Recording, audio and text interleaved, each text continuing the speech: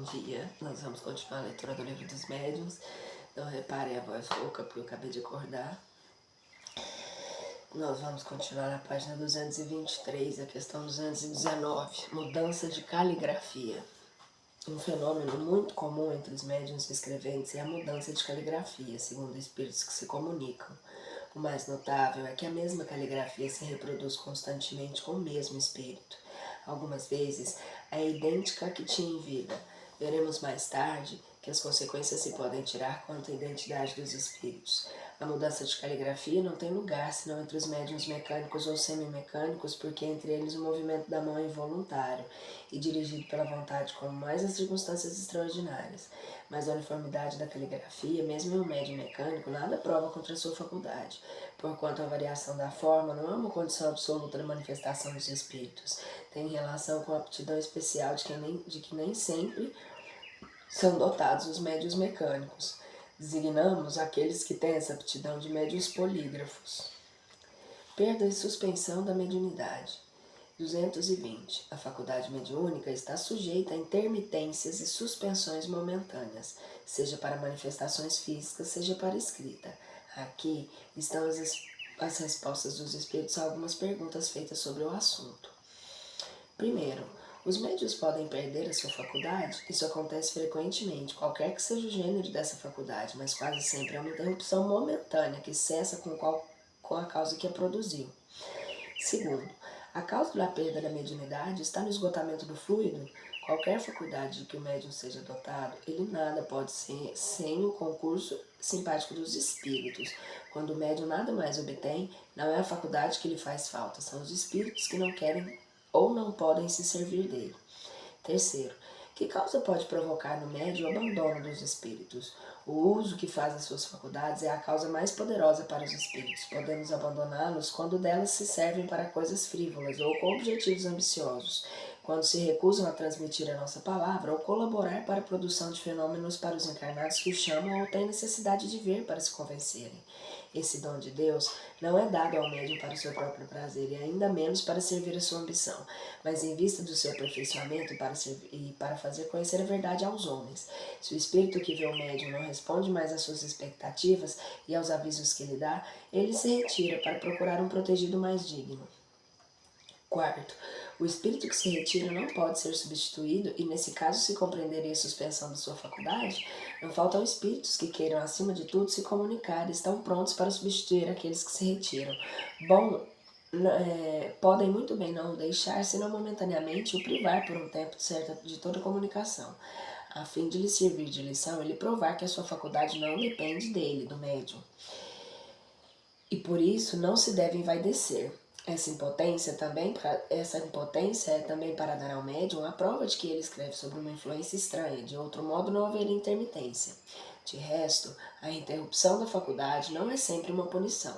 Testemunha algumas vezes a solicitude do espírito pelo médium, o qual tem afeição. Ele quer dar-lhe repouso material que julga necessário. Nesse caso, não permite para os outros espíritos substituí-lo.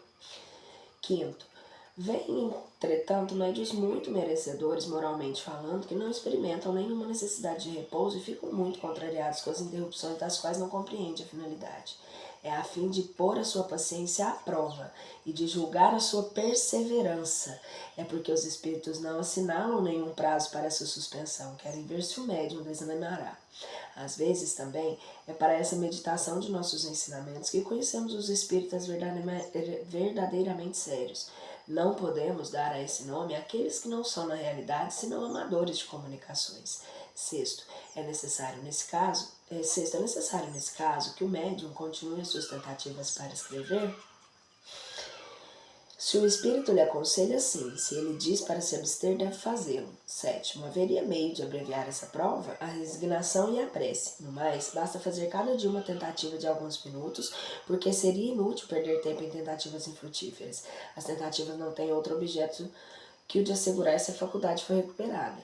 Oitavo, a suspensão implica o afastamento dos espíritos que se comunicam habitualmente. De modo algum, o médium está na posição de uma pessoa que perdeu momentaneamente a visão. Não terá por isso menos amigos, embora não possa vê-los. O médium pode e deve continuar a conversar pelo pensamento com espíritos familiares e se sentir-se persuadido de que é ouvido. Se a falta de mediunidade pode privar as comunicações materiais com certos espíritos, não pode privar comunicações morais. Nono, assim, a interrupção da faculdade mediúnica não significa sempre uma repreensão da parte do espírito? Não, sem dúvida, pode ser mais uma prova de benevolência. 10º, por que sinal pode-se reconhecer uma censura nessa interrupção? Que o médium interroga a sua consciência e se pergunte o uso que fez a sua faculdade, bem que daí resultou para os outros proveito dos conselhos que lhes foram dados e terá a resposta. 11º, o médium que não pode mais escrever pode pedir ajuda a outro? Isso depende da causa da interrupção. Muitas vezes, esta tem muitas vezes por motivo de deixar algum tempo sem comunicação depois de ter dado conselhos, a fim de que não se habituem a nada fazer sem nós. Nesse caso, será satisfatório se servir de outro médium.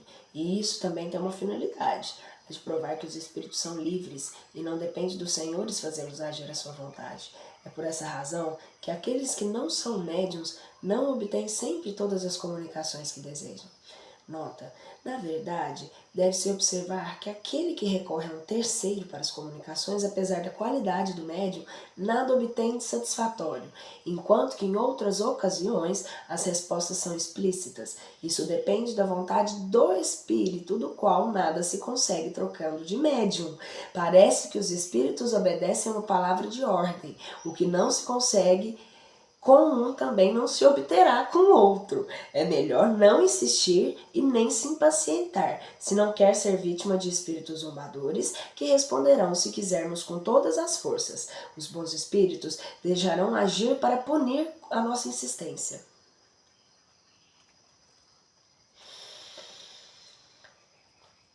Cada aula, uma aula.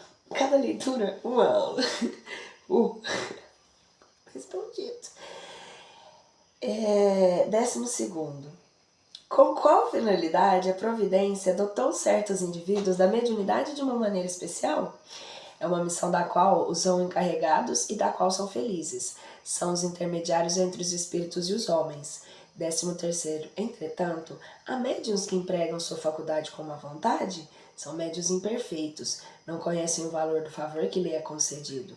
14º. Se é uma missão, e como não é privilégio dos homens de bem, como é que essa faculdade é dada a pessoas que não merecem nenhuma estima e que se abusam dela?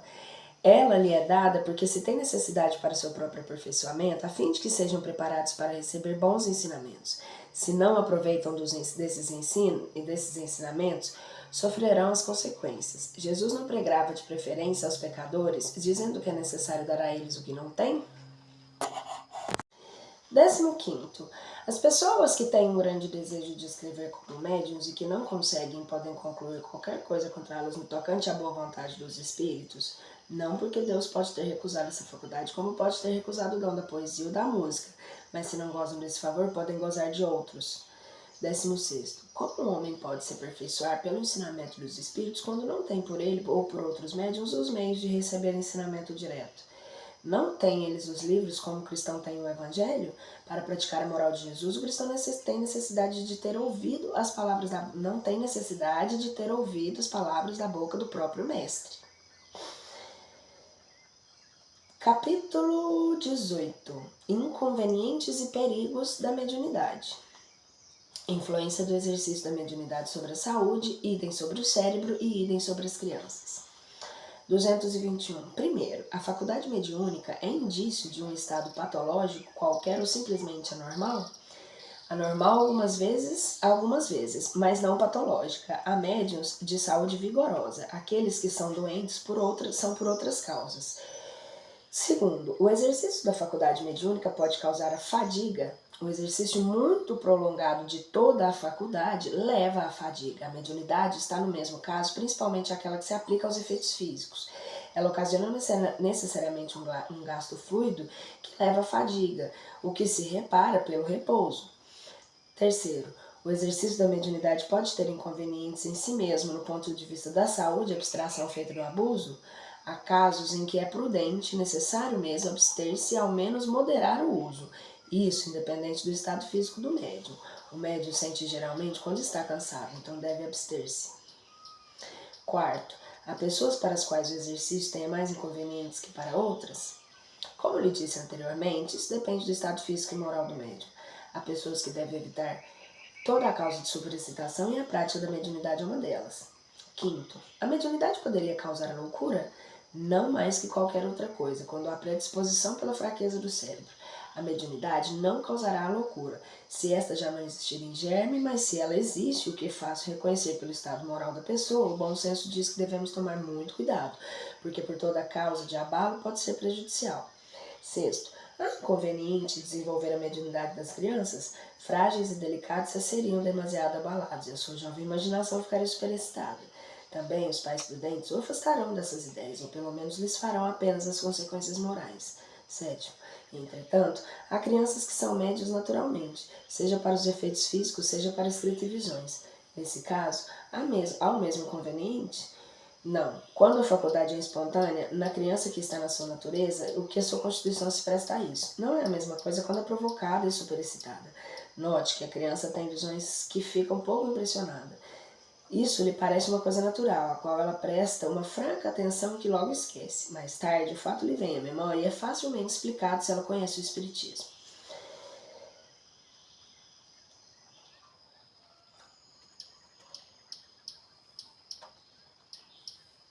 Oitavo, qual a idade que se pode, sem inconvenientes, praticar a mediunidade? Não há idade precisa, isso depende do desenvolvimento físico e ainda mais do desenvolvimento moral.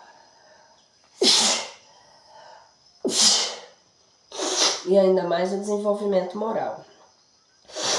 Perdão, gente. Há crianças de 12 anos que serão menos afetadas que certas pessoas adultas. Falo da mediunidade em geral, mas aquela que se aplica em efeitos físicos é mais fatigante para o organismo. A escrita tem outro inconveniente que tem a ver com a inexperiência da criança. Se quisesse praticar sozinha, daria a fazer um brinquedo. 222. A prática do espiritismo, como vemos mais tarde, demanda muito tato para desfazer os ardis dos espíritos zombeteiros. Se homens adultos são suas vítimas, a infância e a juventude estão ainda mais expostas pela sua inexperiência.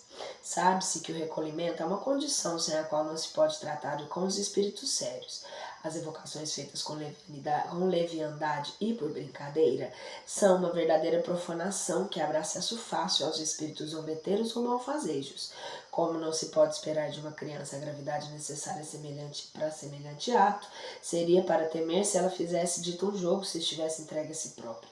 Mesmo nas condições mais favoráveis, deseja-se que uma criança dotada da faculdade mediúnica não exerça senão sob a vigilância de pessoas experimentadas que lhe ensinaram, por exemplo, o respeito que se deve às almas daquele que viveram.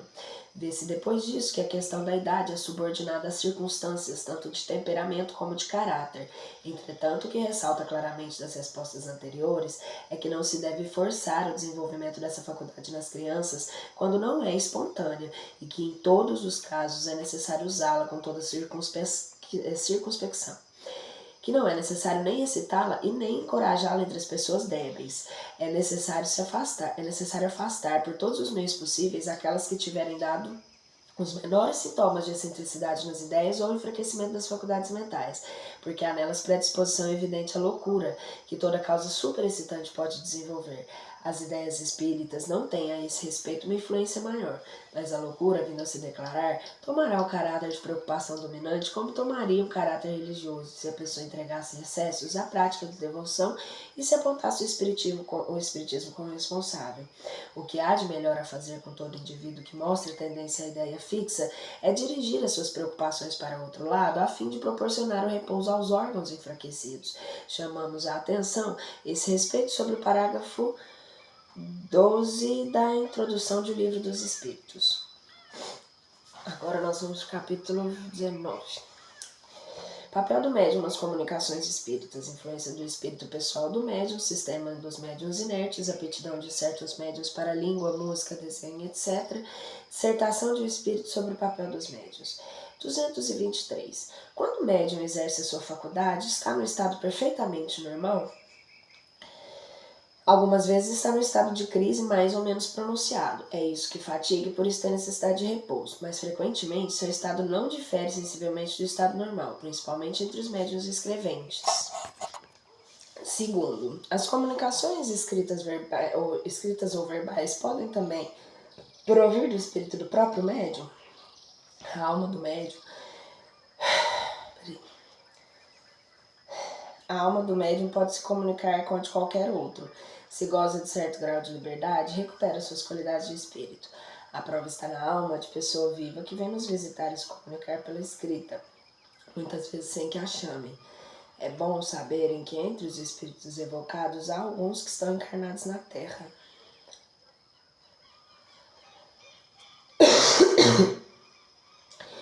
Então eles falam como espíritos e não como homens. Por que mesmo não aconteceria com o médium? Segundo, essa explicação não parece confirmar a opinião daqueles que creem que todas as comunicações emanam do espírito do médium e não de um espírito estranho. Estão errados só serem absolutos porque com o espírito do médium pode agir por si mesmo, mas isso não é razão para que outros espíritos não atuem também por seu intermédio. Terceiro, como distinguir se o espírito que responde se é o do médium ou de um estranho? Pela natureza das comunicações. Estude a circunstância e a linguagem, distinguirá. É sobretudo no estado de sonambulismo ou de êxtase que o espírito do médium se manifesta, porque então ele é mais livre, mas o estado normal é mais difícil. As respostas que é impossível atribuir, por isso digo para estudar e observar. Nota: quando falamos com uma pessoa, distinguimos facilmente o que ela fala e o que é apenas um eco. Com os médiuns é a mesma coisa.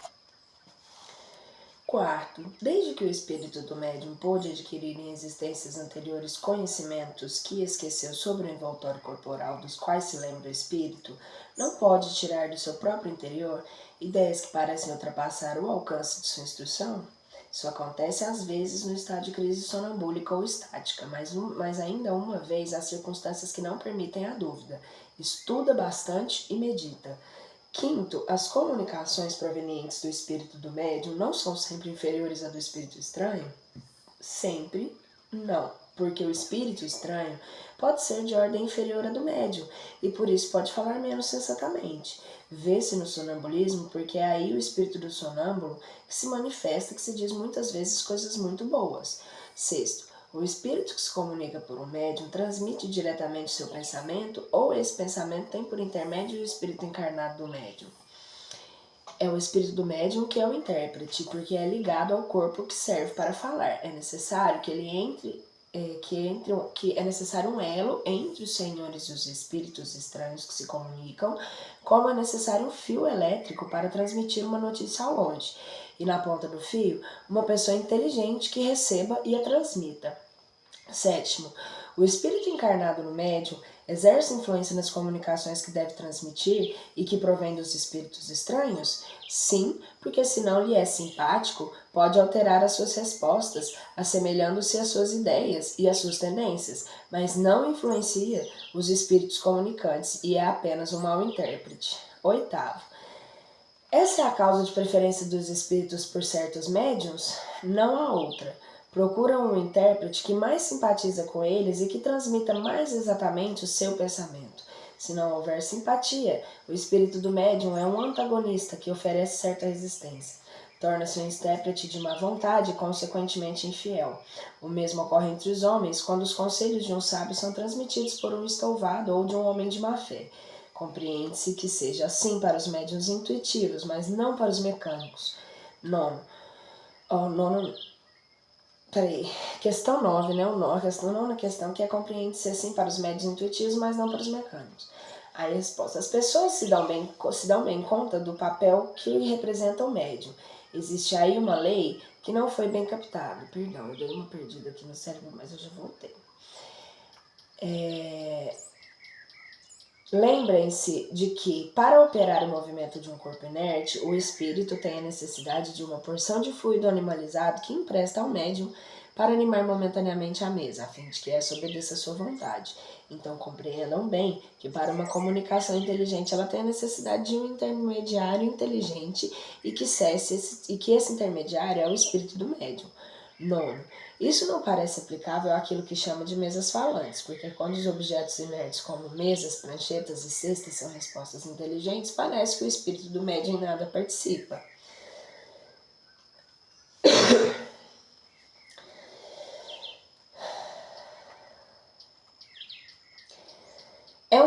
o espírito pode dar ao corpo inerte uma vida fictícia momentânea, mas não a inteligência. Jamais um corpo inerte foi inteligente. É o espírito do médium que recebe o pensamento e a sua revelia o transmite pouco a pouco com a ajuda de diversos intermediários. 10º. Disso parece resultar que o espírito do médium não está nunca completamente passivo. Está passivo quando não mistura suas ideias àquela do espírito estranho, mas não é nunca absolutamente passivo. Seu concurso é sempre necessário como intermediário, mesmo nos que chamam médiuns mecânicos. 11º. Não há mais garantia de independência do médium mecânico que no intuitivo? Não há mais garantia de independência no médium mecânico do que no intuitivo? Sem dúvida nenhuma, e para certas comunicações, um médium mecânico é preferível, mas isso se torna indiferente segundo as circunstâncias. Quero dizer que há comunicações que reclamam menos precisão. 12º.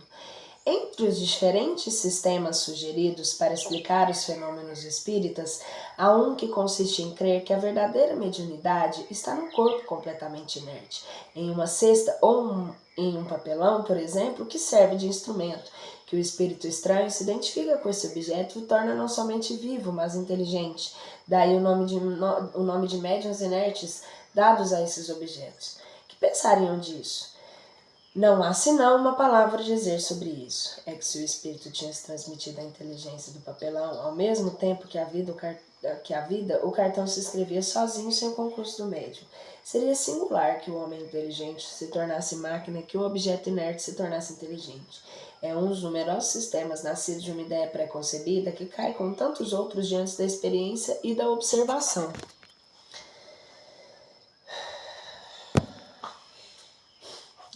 De falta de ar. 13º. Um fenômeno bem conhecido poderia dar crédito à opinião que há nos corpos inertes animados mais que a vida e mais ainda que a inteligência. É o caso das mesas, cestas, etc., que exprimem por seus movimentos a cólera ou a afeição.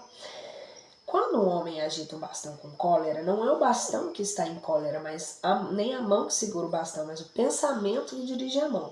As mesas e as cestas não são mais inteligentes que o bastão e não têm nenhum sentimento inteligente, mas obedecem a uma inteligência.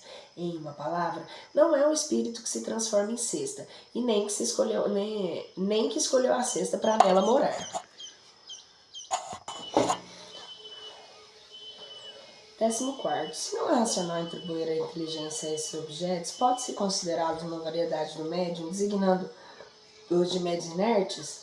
É uma questão de palavra que pouco importa. Já que entenderam bem, são livres de chamar o homem de marionete. 15º. Aptidões de certos médiuns para línguas.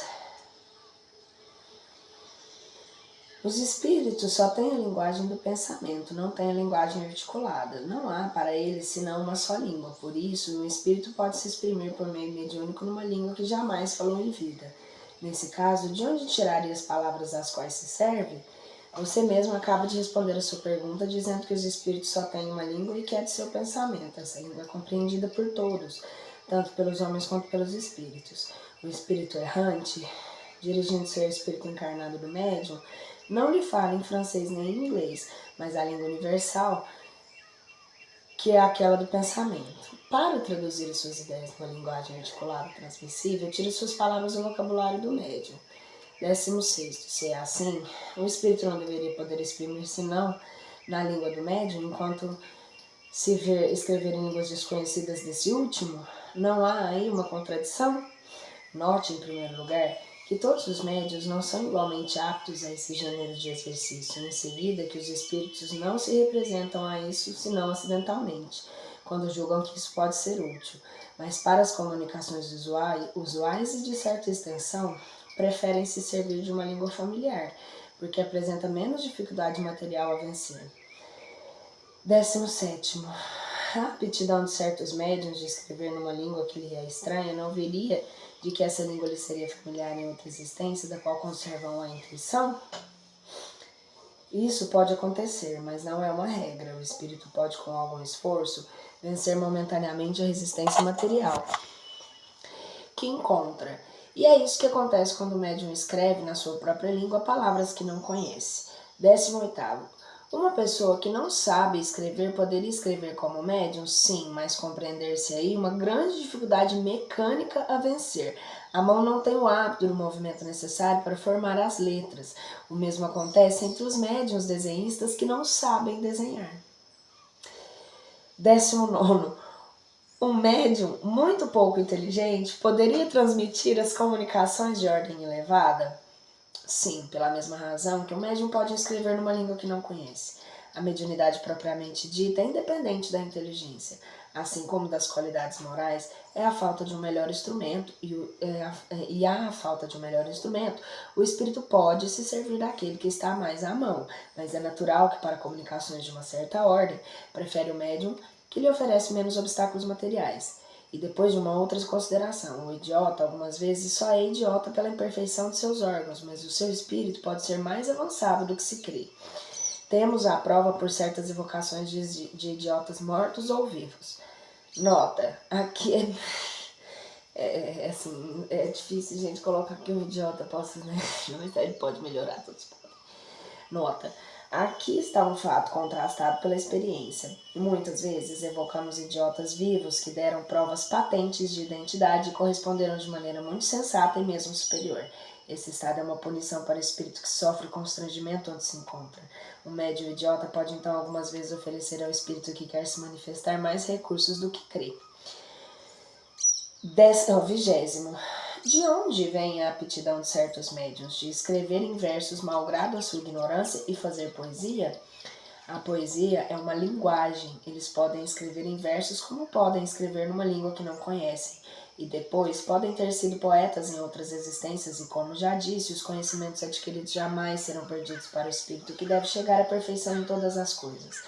Assim, que o aprenderam no passado, lhes dá sem que se apercebam numa facilidade que não tem no estado habitual. 21º. Acontece a mesma coisa com aqueles que têm aptidão especial para o desenho e a música? Sim, o desenho e a música também são maneiras de exprimir o pensamento. Os espíritos se servem de instrumentos que lhe forneçam mais facilidade. 22º. A expressão do pensamento pela poesia, o desenho ou a música depende unicamente da aptidão especial do médium ou do espírito que se comunica. Algumas vezes do médium, algumas vezes do espírito. Os espíritos superiores têm todas as aptidões. Os inferiores são de conhecimentos limitados. Por que um homem dotado de grande talento numa existência não tem a existência seguinte? Não é sempre assim, porque às vezes ele aperfeiçoa numa existência que começou numa precedente. Mas pode acontecer que uma grande faculdade adormeça durante certo tempo para deixar outra mais livre para se desenvolver.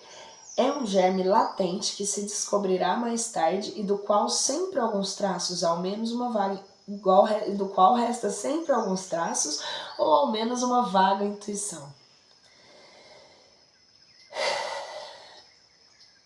Nossa, eu deveria ter estudado mais. Muita coisa, né?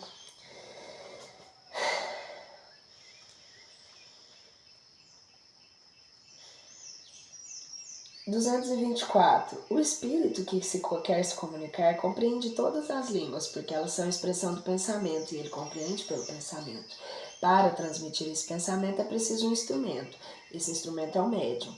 A alma do médium que recebe a comunicação do espírito não pode transmiti-la senão os órgãos do seu corpo. Esses órgãos não podem ter para uma língua desconhecida a flexibilidade que tem por aquela que lhes é familiar. Um médium que sabe falar apenas o francês poderá acidentalmente dar uma resposta em inglês, por exemplo, se o espírito quiser, mas os espíritos que já acham uma linguagem humana demasiadamente lenta em comparação à rapidez do pensamento, pois abreviam o quanto pode, se impacientam da resistência mecânica que experimentam. Está aí o motivo por que não o fazem sempre. É também a razão pela qual um médium novato que escreve penosamente com lentidão, mesmo na própria língua, não obtém em geral senão respostas breves sem desenvolvimento. Assim, espíritos recomendam que não fazerem por seu intermédio senão perguntas simples. Para aquelas de alto alcance é necessário um médium formado que não oferece nenhuma dificuldade mecânica ao espírito. Não tomaríamos para o leitor um estudante que apenas soletra.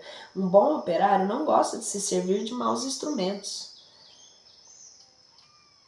Juntemos outra consideração de grande gravidade no que diz respeito às línguas estrangeiras. Os ensaios desse gênero são sempre feitos com o objetivo de curiosidade e experimentação. Nada é mais antipático aos espíritos que as provas das quais se ensaia a submetê-los. Os espíritos superiores jamais se prestam a isso e se afastam desde que se quer entrar nesse caminho.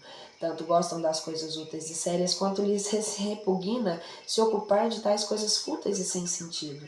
E dirão os incrédulos para nos convencer, e esse objetivo é útil, pois pode ganhar adeptos para a causa dos espíritos. A isso os espíritos respondem: nossa causa não tem necessidade daqueles que têm demasiado orgulho para se crerem indispensáveis. Chamamos a nós aqueles que os querem muitas vezes menores, os mais humildes. Jesus fez os milagres que lhes pediam escribas e de quais os homens se serviam para revolucionar o mundo. Se querem se convencer, terão outros meios que não os de exigências. Comecem primeiro por se submeter. Não está na ordem das coisas o estudante impor a sua vontade ao mestre. Resulta daí, exceto algumas exceções, se o médium toma o pensamento dos espíritos pelos meios mecânicos que estão à sua disposição, e que a expressão desse pensamento pode e deve mesmo, o mais frequente, se ressentir a imperfeição desses meios. Assim, o homem inculto, o camponês, poderá dizer as mais belas coisas e exprimir os pensamentos mais elevados, os mais filosóficos, falando como um camponês, porque sabe, para os espíritos o pensamento domina tudo. Isso responde à objeção de certos críticos a respeito das incorreções de estilo de ortografia que se pode ter a reprovar os espíritos e que podem vir ao médium tanto quanto ao espírito. Eu acho que eu posso voltar um pouco na leitura, mas não tem problema não. Os espíritos superiores jamais se prestam a isso e se afastam desde que se querer entrar nesse caminho. Tanto gostam das coisas úteis e sérias, quanto lhes repugna ocupar coisas fúteis e sem sentido. Dirão os incrédulos, para nos convencer esse objetivo é útil, pois pode ganhar adeptos para a causa dos espíritos. A isso os espíritos respondem: nossa causa não tem necessidade daqueles que têm demasiado orgulho para se crerem indispensáveis. Chamamos a nós aqueles que nos querem e são muitas vezes menores, os mais humildes. Jesus fez os milagres que lhes pediam os escribas e de quais os homens se serviam para revolucionar o mundo. Se querem se convencer, terão outros meios que não os de exigências. Comecem primeiro por se submeter. Não está na ordem das coisas o estudante impor a sua vontade ao mestre. Isso não é só sobre espiritualidade. Resulta daí que, exceto algumas exceções, o médium toma o pensamento dos espíritos pelos meios mecânicos que estão à sua disposição e que a expressão desse pensamento pode e deve mesmo, o mais frequente, se ressentir da imperfeição desses meios. Assim, o homem inculto, o camponês, poderá dizer as mais belas coisas, exprimir os pensamentos mais elevados, os mais filosóficos, falando com o camponês, porque sabe-se para os espíritos o pensamento domina tudo. Isso responde à objeção de certos críticos a respeito das incorreções do estilo de ortografia que se pode ter ao reprovar os espíritos e que podem vir do médium tanto quanto do espírito. É uma futilidade dar atenção a semelhantes coisas. Não é menos pueril querer produzir essas incorreções com minuciosa exatidão, como vimos algumas vezes. Pode-se corrigi-lo sem nenhum escrúpulo, a menos que sejam característica do espírito que se comunica no caso, será útil conservá-las como prova de identidade. É assim, por exemplo, que vimos um espírito escrever constantemente Jolie, sem S, falando a seu neto, porque em vida escrevia dessa maneira, ainda que o neto que servia de médium soubesse perfeitamente escrever o seu nome. 225. A dissertação seguinte, dada espontaneamente por um espírito superior, que se revelou por comunicações de ordem mais elevada, resume de maneira mais clara e mais completa a questão do papel dos médiuns. Qualquer que seja a natureza dos médiuns escreventes, que sejam mecânicos, semimecânicos ou simplesmente intuitivos, os nossos procedimentos de comunicação com eles não variam essencialmente. Com efeito, comunicamos com os espíritos encarnados diretamente, como com os espíritos propriamente ditos pela irradiação de nosso pensamento. Nossos pensamentos não têm necessidade de vestimenta da palavra para ser compreendida pelos espíritos. Todos os espíritos percebem o pensamento que desejamos lhes comunicar, e por isso unicamente dirigimos o nosso pensamento em direção a eles em razão de suas faculdades intelectuais. Quer dizer que tal pensamento pode ser compreendido por tais e tais espíritos segundo seu desenvolvimento, enquanto que em outros não desperta nenhuma lembrança. Nenhum conhecimento no fundo do coração ou do cérebro é perceptível por eles. Nesse caso, o espírito encarnado que nos serve de médium é mais apropriado transmitir o nosso pensamento para os outros encarnados, mesmo que não dependa que um espírito desencarnado e pouco desenvolvido não poderia fazer se fôssemos forçados a recorrer à sua mediação. Porque esse ser terrestre coloca o seu corpo como instrumento à nossa disposição, o que o espírito pode fazer. Assim, quando encontramos no médium um cérebro pleno de conhecimentos adquiridos em sua vida atual, o seu espírito rico de conhecimentos anteriores latentes, próprios a facilitar nossas comunicações, servimos-nos dele de preferência, porque com ele o fenômeno da comunicação é muito mais fácil que com o de um médium cuja inteligência seria limitada e cujos conhecimentos anteriores seriam insuficientes. Vamos fazer compreender por algumas explicações nítidas e precisas. Com o médium cuja inteligência atual ou anterior se encontra desenvolvida, nosso pensamento se comunica instantaneamente de espírito a espírito por uma faculdade própria à essência mesma do espírito. Nesse caso, encontramos no cérebro do médium elementos próprios a dar ao nosso pensamento a vestimenta da palavra correspondente a esse pensamento, seja o médium intuitivo, semimecânico ou mecânico puro. É por isso que, seja qual for a diversidade dos espíritos que se comunicam com o médium, os ditados obtidos por ele, procedendo dos espíritos diversos, levam um selo de forma e cor pessoal a esse médium. Sim, ainda que o pensamento lhe seja inteiramente estranho, que o assunto saia do quadro no qual se move habitualmente, que o que queremos dizer não se provém de modo algum dele. Não se deixe influenciar a forma pelas qualidades e as propriedades que são inerentes à sua individualidade. É absolutamente quando se olha diversas paisagens com lunetas coloridas, verdes, brancas ou azuis. Mesmo que os lugares ou objetos olhados sejam diferentes e independentes uns dos outros, exibem sempre uma coloração que provém da cor das lunetas. Ou melhor, comparemos os médiuns a esses frascos cheios de líquidos coloridos e transparentes que se vê nas mostras das farmácias. Pois bem, somos como ponto de luz que iluminamos certas paisagens morais, filosóficas e internas, através de meios azuis, verdes ou vermelhos, de tal sorte que os nossos raios luminosos, obrigados a passar através de vidros mais ou menos lapidados, mais ou menos transparentes, quer dizer por médiuns mais ou menos inteligentes, não chegam sobre os objetos que queremos iluminar, senão emprestando a cor, ou melhor, a forma própria e particular a esses médiuns. Enfim, para terminar, uma última comparação. Nós, os espíritos, somos como compositores de música que compusemos ou queremos improvisar uma área e temos à mão apenas um piano, um violino ou uma flauta, ou um fagote ou um apito barato. É incontestável. Gente, mas vocês acham nós muito... Tô brincando, né? E é mesmo, né? Nós é muito atrasado, né? É incontestável que com o piano, a flauta ou o violino executemos o nosso trecho de maneira bem compreensível para os nossos ouvintes, ainda que sons provenientes do piano, do fagote ou da clarineta sejam essencialmente diferentes uns dos outros. Nossa composição será sempre a mesma nas diversas variações do som, mas se tivermos à nossa disposição apenas um apito barato ou um funil de folha, aí estará a dificuldade. Quando somos obrigados a nos servir de médiuns pouco desenvolvidos, o nosso trabalho se torna bem mais longo, bem mais penoso, porque somos obrigados a utilizar recursos incompletos, o que é uma complicação para nós, porque então somos forçados a decompor nossos pensamentos e proceder palavra por palavra, letra por letra, que é um aborrecimento, uma fadiga e um entrave real à prontidão e ao desenvolvimento de nossas manifestações.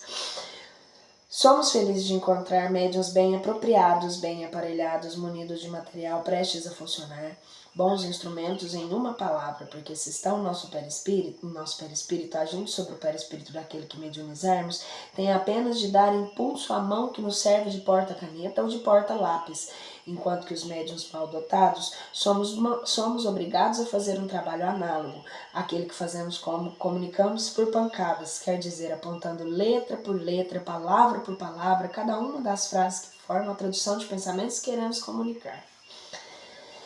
Daí a necessidade do conhecimento. muita energia. É por essas razões que nos dirigimos às classes esclarecidas e instruídas, para a divulgação do espiritismo e o desenvolvimento das que se encontram os indivíduos mais incrédulos. Desenvolvimento das faculdades... É por essas razões que nos dirigimos às classes esclarecidas e instruídas para a divulgação do espiritismo e o desenvolvimento das faculdades mediúnicas escreventes, ainda seja entre essa classe que encontra os indivíduos mais incrédulos, os mais rebeldes e os mais imorais. Por isso deixamos hoje aos espíritos brincalhões e pouco desenvolvidos o exercício das comunicações tangíveis, de pancadas e de transportes que os homens pouco sérios preferem à vista de fenômenos que chocam seus olhos e seus ouvidos, aos fenômenos puramente espirituais e puramente psicológicos. É tudo espírito, gente. Quando queremos proceder por ditados espontâneos, agimos sobre o cérebro, sobre os arquivos do médium e juntamos o nosso material com elementos que ele nos fornece, isso literalmente à sua revelia. É como se tirássemos de sua bolsa a quantia que aí pudesse ter e que arranjássemos diferentes moedas seguindo a ordem que nos parecesse mais útil.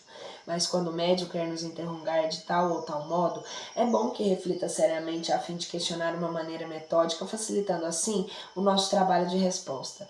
Como foi dito em uma instrução precedente, o cérebro das pessoas está num estado de desordem inextricável. Tá tricável mesmo aqui. O que é inextricável? Vamos ver. Não, por isso só essa parte aqui, queridos. Olha, só essa. O que é isso?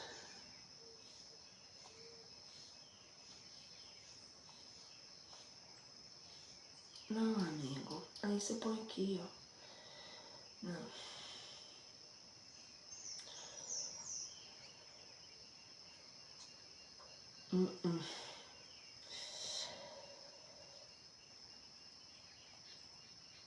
Aqui.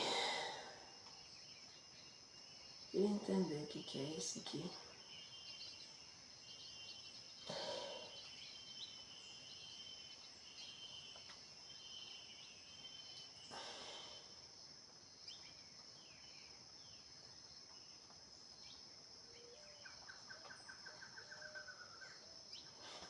Isso.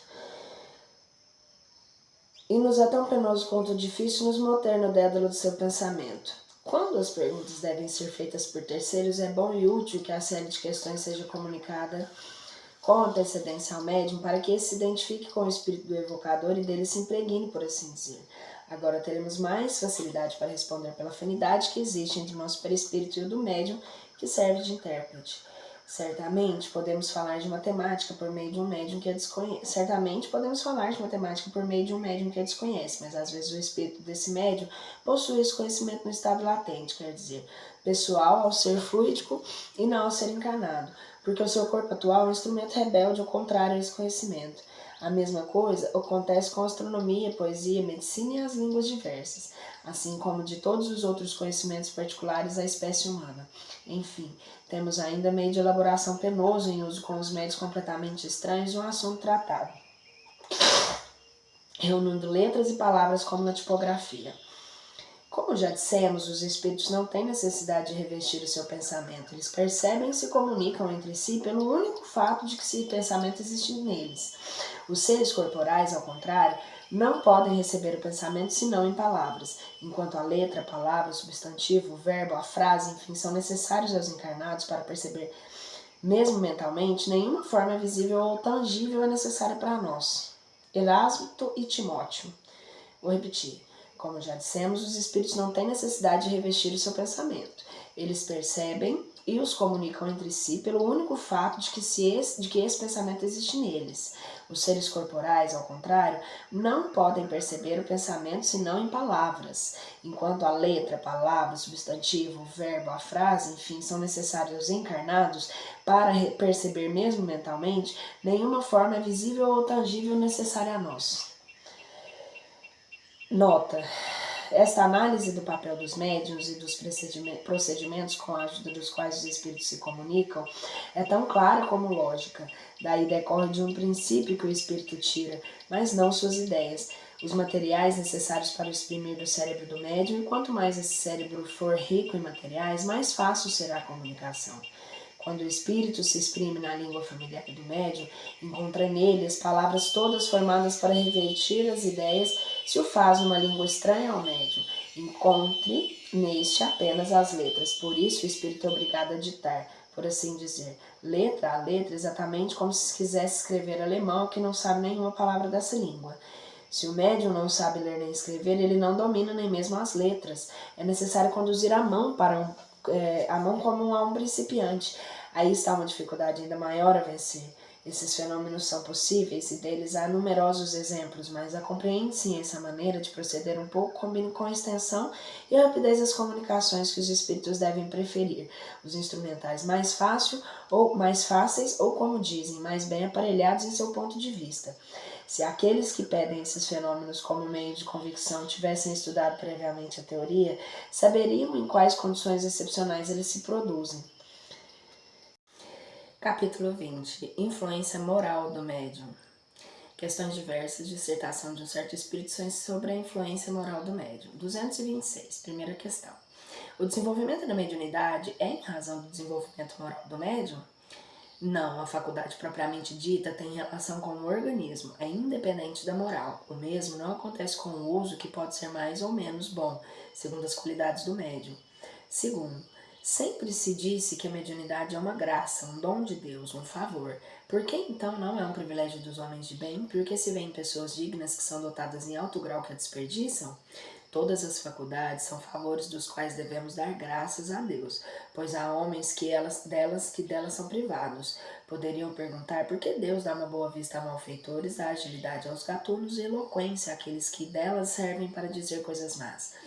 A mesma coisa com a mediunidade. Pessoas indignas são dotadas porque têm necessidade que as outras para se aperfeiçoarem. Pensam que Deus recusa meio de salvação aos culpados? Ele os multiplica sobre os seus passos. Ele os coloca nas mãos, cabe a eles aproveitar. Judas, o traidor, não fez milagres e curou doentes como o apóstolo? Deus permitiu que tivesse esse dom para tomar a sua traição mais odiosa. Terceiro, os médiuns que fazem mau uso da sua faculdade, que não se servem para fazer o bem ou que não aproveitam a instrução, sofrerão as consequências disso? Se as usam mal, são duplamente punidos, porque tem um meio mais para se esclarecerem e não aproveitam. Aquele que vê claro tropeça é mais censurável que o cego que tomba no fosso. Quarto, há médiuns a quem são dadas espontaneamente e quase constantemente comunicações sobre o mesmo assunto, sobre certas questões morais, por exemplo, sobre certos defeitos determinados. Isso tem uma finalidade? Sim, essa finalidade é de esclarecê-los sobre um assunto sempre repetido ou de corrigi-los de certos defeitos. Por isso, a uns farão sem cessar do orgulho, a outros da caridade. Só a insistência pode lhe abrir os olhos. Não há médium desperdiçando sua faculdade por ambição, por interesse, ou comprometendo a um defeito capital como orgulho, egoísmo e leviandade, que não receba de tempos em tempos alguns avisos por parte dos espíritos. O mal é que na maior parte das vezes não os tomam para si. Nota: os espíritos oferecem as suas lições de maneira indireta para darem maior mérito aos que a aproveitam, mas a cegueira e o orgulho são tais entre certas pessoas que eles não recorrem nas lições recebidas. E tem mais: se o espírito não lhe dá a entender, é que delas se trata, delas se ofendem, o chamam de mentiroso ou atrevido. Isso prova que o espírito tinha razão. Quinto, nas lições que são ditadas ao médium de maneira geral e sem implicação pessoal, este não age como elemento passivo para servir à instrução de outrem. Algumas vezes esses avisos e conselhos não são ditados por ele pessoalmente, mas por outros aos quais não podemos nos dirigir senão por meio do médium, mas que se deve tomar a sua parte, se não está cego pelo amor próprio. Não creia que a faculdade mediúnica tenha sido dada para corrigir somente uma ou duas pessoas. Não, o objetivo é maior, trata-se da humanidade. Um médium é um instrumento muito pouco importante como indivíduo. Por isso, quando damos instruções que devem beneficiar a todos, nos servimos daqueles que possuem as faculdades necessárias. Admitamos que virá de um tempo quando os bons médios serão comuns, para que os bons espíritos não tenham necessidade de se servir de maus instrumentos. Sexto, desde que as qualidades do médium afastam os espíritos imperfeitos, como se explica que a de um médium dotado de boas qualidades transmitam respostas falsas ou grosseiras? Conheces o recôndito de sua alma? Aliás, sem ser vicioso, ele pode ser leviano e frívolo. Tem a necessidade de uma lição para que se mantenha em guarda. Sétimo, porque os espíritos superiores permitem que pessoas dotadas de grande poder, como médiuns e que proferizam muito mais do que poderiam fazer muito mais de bom, sejam instrumentos de erro? Eles procuram influenciá-las, mas quando se deixam arrastar para o mau caminho, eles as deixam ir. E é por isso que delas se servem com repugnância, porque a verdade não pode ser interpretada pela mentira. Oitavo, é absolutamente impossível ter boas comunicações por um médium imperfeito. O médium imperfeito pode algumas vezes obter coisas boas, porque se ele tem uma bela faculdade, bons espíritos podem se servir dele à falta de um outro, numa circunstância particular, mas não o fazem sempre, desde que encontrem quem lhes convém melhor, lhes dão a preferência. Nota: observe-se que assim que os bons espíritos julgam que o médium cessa de ser bem assistido e torna-se por suas imperfeições presa de espíritos zombadores, provocam quase sempre circunstâncias que revelam seus erros e afastam de pessoas sérias e bem-intencionadas, cuja boa-fé poderia ser abusada. Neste caso, sejam quais forem as suas faculdades, nada há de lastimar. Nono, qual será o médium que se poderia chamar perfeito? Perfeito, infelizmente, vocês sabem que a perfeição não é da terra. Se assim fosse, ninguém estaria aqui. Digam então que bons médiuns já é muito, porque eles são raros. O médium perfeito será aquele sobre o qual os maus espíritos jamais ousariam tentar enganar. O melhor é aquele que, não simpatizando senão com os bons espíritos, foi enganado menos vezes. Décimo, se ele não simpatiza com os bons espíritos, como pode permitir que seja enganado? Os bons espíritos o permitem algumas vezes com os melhores médios para exercitarem o seu julgamento e para lhes ensinar a discernir o verdadeiro do falso. E depois, por melhor que seja um médium, nunca é tão perfeito que não tenha um lado fraco pelo qual se possa ser atacado. Isso lhe serve de lição. As falsas comunicações que recebe de tempos em tempos são avisos para que não se creia infalível e não se orgulhe, porque o médium que obtém as coisas mais notáveis não tem que se glorificar, mais do que um tocador de órgão que produz belas músicas, apenas girando a manivela do instrumento. 11. Quais são as condições necessárias para que as palavras dos espíritos superiores nos cheguem livres de qualquer alteração? Querer o bem, expulsar o egoísmo e o orgulho, os dois procedimentos são necessários. 12. Se a palavra do Espírito Superiores não nos chega pura, senão em condições difíceis de encontrar, isso não é um obstáculo da propagação da verdade? Não, porque a luz chega sempre para aquele que a quer recebê-la. A mensagem chega para quem tem que chegar. Quem quiser esclarecer-se deve fugir das sombras, e essas sombras são as impurezas do coração. Os espíritos que são olhados como a personificação do bem não se rendem nunca de boa vontade ao apelo daqueles cujo coração está manchado pelo orgulho, a cupidez e a falta de caridade. Que aqueles que querem se esclarecer despojem-se de toda a vaidade humana e humilhem sua razão diante do poder infinito do Criador. Será a melhor prova da sua sinceridade, essa condição cada um pode preencher. 227. Se o médium, no ponto de vista da execução, é apenas um instrumento sobre o aspecto moral e exerce grande influência, para se comunicar, o espírito estranho se identifica com o espírito do médium. Essa identificação não pode ter lugar se não houver simpatia entre eles, e pode-se dizer afinidade. A alma exerce sobre o espírito estranho uma espécie de atração ou repulsão, segundo o grau de sua semelhança ou diferença. Os bons têm afinidade pelos bons e os maus pelos maus. De onde se vê as qualidades morais do médium, tem influência capital sobre a natureza dos espíritos que se comunicam por seu intermédio. Se é vicioso, os espíritos inferiores vêm para agrupar em torno dele e estão sempre prontos a tomar o lugar dos bons. As qualidades que atraem os bons espíritos são bondade, benevolência, simplicidade de coração, o amor ao próximo,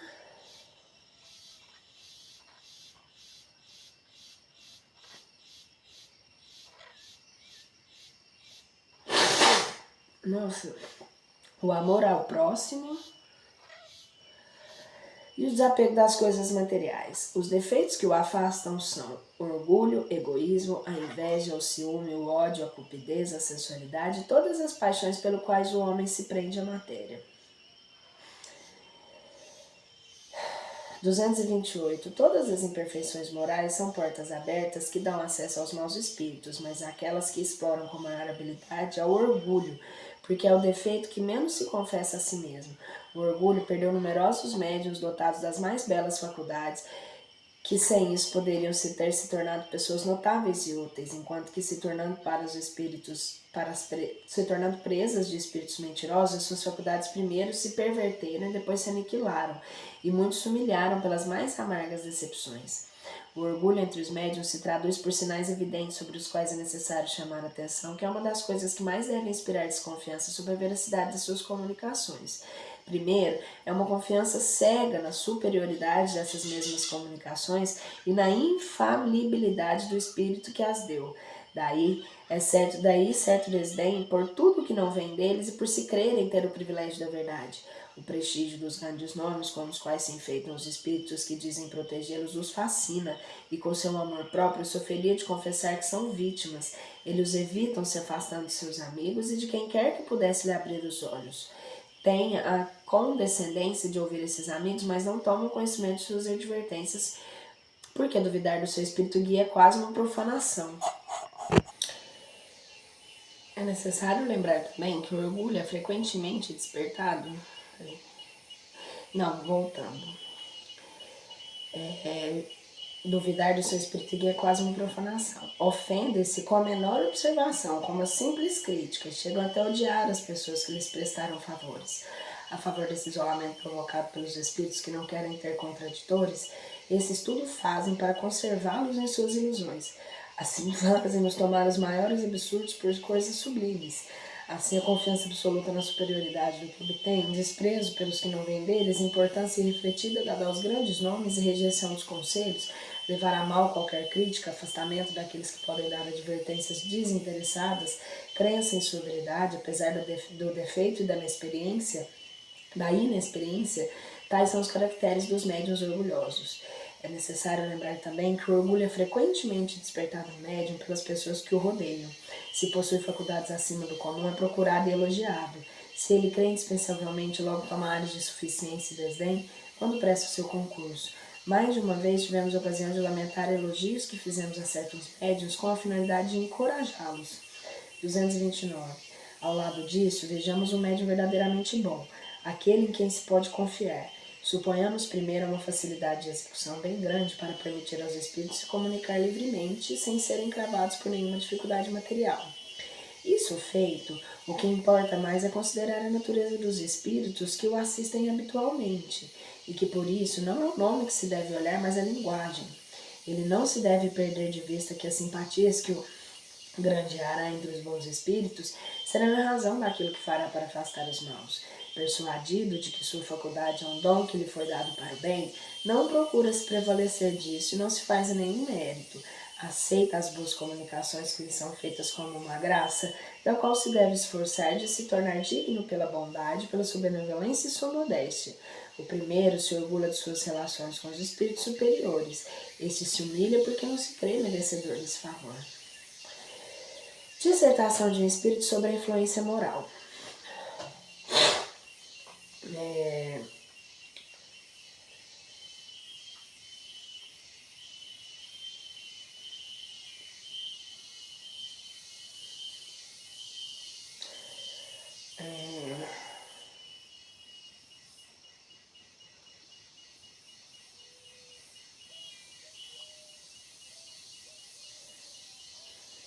230.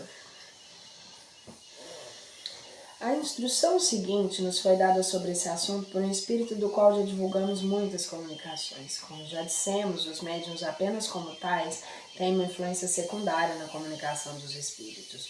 Sua tarefa é de uma máquina elétrica que transmite as mensagens telégrafas de um ponto afastado a outro da Terra. Assim, quando queremos ditar uma comunicação, agimos sobre o médium como um empregado de telégrafo faz sobre seu aparelho. Quer dizer, como o tic-tac do telégrafo traça a milhares de quilômetros sob uma tira de papel os sinais da mensagem. O mesmo acontece conosco. Comunicamos através de distâncias imensuráveis que separam o mundo visível do mundo invisível, o mundo imaterial do encarnado, o que lhes querem ensinar por meio do aparelho mediúnico.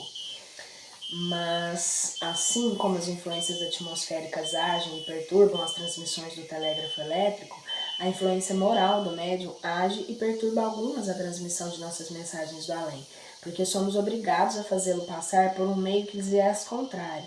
Entretanto, na maioria das vezes, essa influência é anulada, pois a nossa energia é a nossa vontade e nenhum perturbador se manifesta. Com efeito, os ditados de alto alcance filosófico, comunicações de uma perfeita moralidade, são transmitidas algumas vezes por médiuns pouco apropriados aos ensinamentos superiores, enquanto que, de outro lado, as comunicações pouco edificantes chegam por médiuns envergonhados de lhes terem servido condutores.